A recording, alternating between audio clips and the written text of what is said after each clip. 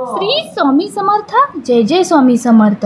तुम्हा सर्वांचे माझ्या चॅनलवर खूप खूप स्वामीमय स्वागत आहे. बघा, आपल्या स्वामी महाराजांचा प्रकट दिन 31 मार्च वार सोमवारी येत आहे. तर आपण कशा प्रकारे सेवा करायची, स्वामी महाराजांना कशी विनंती करायची, सेवेत कसं तल्लीन व्हायचं आणि कोणत्या प्रकारे सेवामयी करायच्या, ह्या सगळ्या प्रश्नांची उत्तरे तुम्हाला आपल्या चॅनलवर मिळणार आहेत. तर आपला व्हिडिओ संपूर्ण पहा, मध्ये आधी कुठं न थांबवता संपूर्ण माहिती आजच्या आपल्या व्हिडिओमध्ये मिळणार आहे.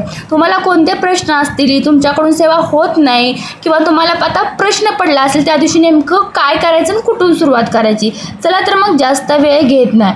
बघा, आपण सकाळी लवकर उठून स्वामी महाराजांना अभिषेक घालून दया दुधाचा मधाचा श्री सुक्त वल्गा सुक्त स्वामी समर्थांचं एक पारायण सारामृताचं करून सकाळीच पहाटे भूपाळीची आरती व्हायच्या अगोदर या सेवा करायच्या.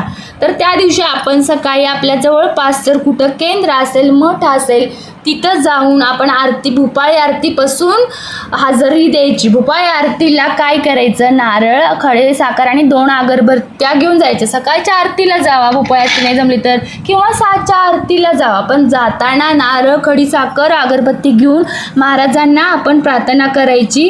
महाराज, तुमच्यामुळे आता पण माझ्या आयुष्यात सगळं चालू आहे आणि इथून पुढे तुम्ही माझी परीक्षा घेताय, ती तर होणारच आहे, पण त्याच्याशी सामना करण्याचं पाठबळ तुम्ही मला द्या. माझ्याकडून ती चांगली सद्बुद्धी देऊन माझ्या हातून एक सेवेकरी घडवा. माझ्याकडून सेवा करून घ्या आणि माझ्या हातून भरपूर सेवेकरी यावर्षी घडू द्या.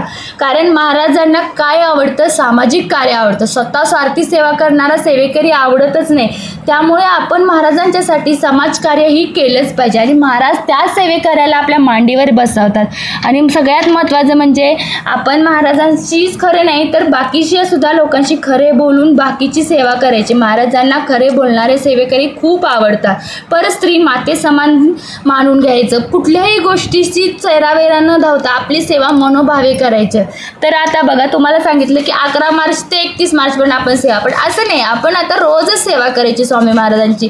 कुठलाही वार असो, आपल्यासाठी स्वामी प्रकट दिनच असला असा समजूनच आपण सेवा मनोभावे करायची.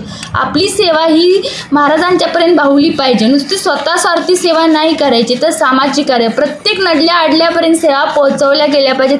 ही स्वामींच्याकडून वधवून घ्या. त्या दिवशी स्वामी महाराजांना सांगा, मला जांभे येतात, मला त्रास होतोय, मला खूप इच्छा आहे सेवा करायची, सारामृत वाचायची, 11 माळी जप करायची, पण असं होत नाही. त्या दिवशी तुम्ही महाराजांना सांगा, महाराज तुमचं सगळं ऐकतात आणि तुम्हाला जे काही योग्य असेल तेही देणार. तुम्ही काहीही मागा महाराजांना, तेही मिळेल. परंतु महाराजांची आखणी वेगळी असते.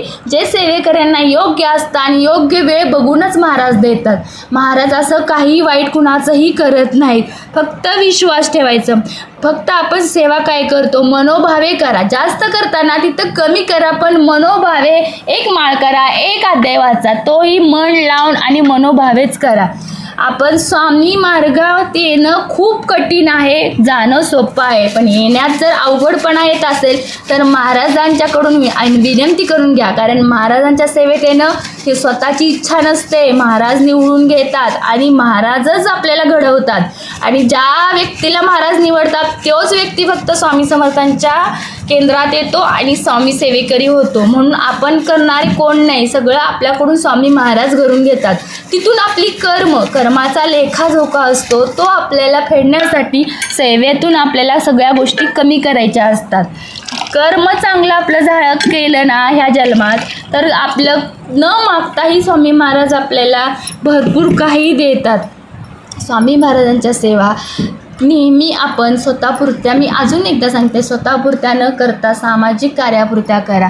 आता सामाजिक कार्य म्हणजे काय, तर बघा, तुमच्या लक्षात आलं की अमुक व्यक्ती आजारी आहे, तुम्ही जर त्याच्यासाठी जर घरी बसून जरी स्वतः तळमळतेने जर महामृत्युंजय जप केला, वल्गा सुक्त केलं, धुमावती तीर्थ तयार करून त्याला प्राशन करायला दिलं, तर त्याच्यावर रिझल्ट खूप येईल आणि तुम्हालाही त्याची पुण्यही मिळेल. तुम्ही लक्षात ठेवा, प्रकट दिनापुरते म्हणजे नुसतं अभिषेक घालून ग्रंथ वाचून किंवा कुठलं पारायण करून किंवा महाराजांचा नैवेद्य करून आपण केंद्रात जाऊन नुसतं येणं म्हणजे महाराज आपल्याला प्रसन्न होतात असं नाही आहे.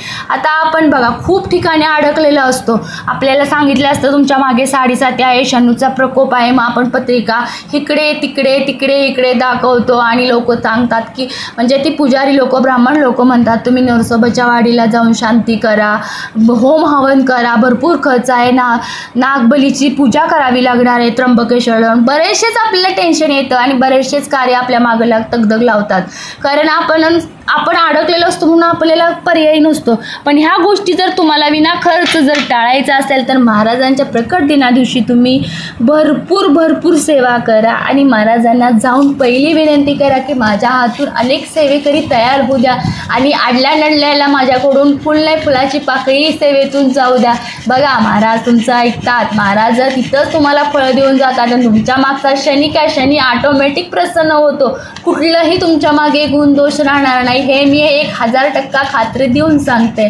श्री स्वामी समर्थ जपाने सगळ्या गोष्टी घडून येतात आणि ह्याचा फायदा होतो. म्हणून लोकांसाठी सेवा करा. मी म्हटलं ना की तुमच्याजवळ आसपास नजदीकमध्ये कोण आजारी व्यक्ती असेल किंवा त्याचं लग्न होत नसेल किंवा त्यांच्या घरात वादविवाद असेल, आर्थिक प्रश्नानं तो खूप व्यापला असेल तर तुमच्याच्यानं कुठली मदत भले पैशाने मी म्हणत नाही आहे कारण सगळीच आजकाल आर्थिक अडचण असतात, पण सेवेने तरी मदत करू शकताय ना सॉरी पण त्याच्यासाठी तरी तुम्ही सेवा करू शकता ना. स्वामी महाराजांना विनंती करू शकतात ना.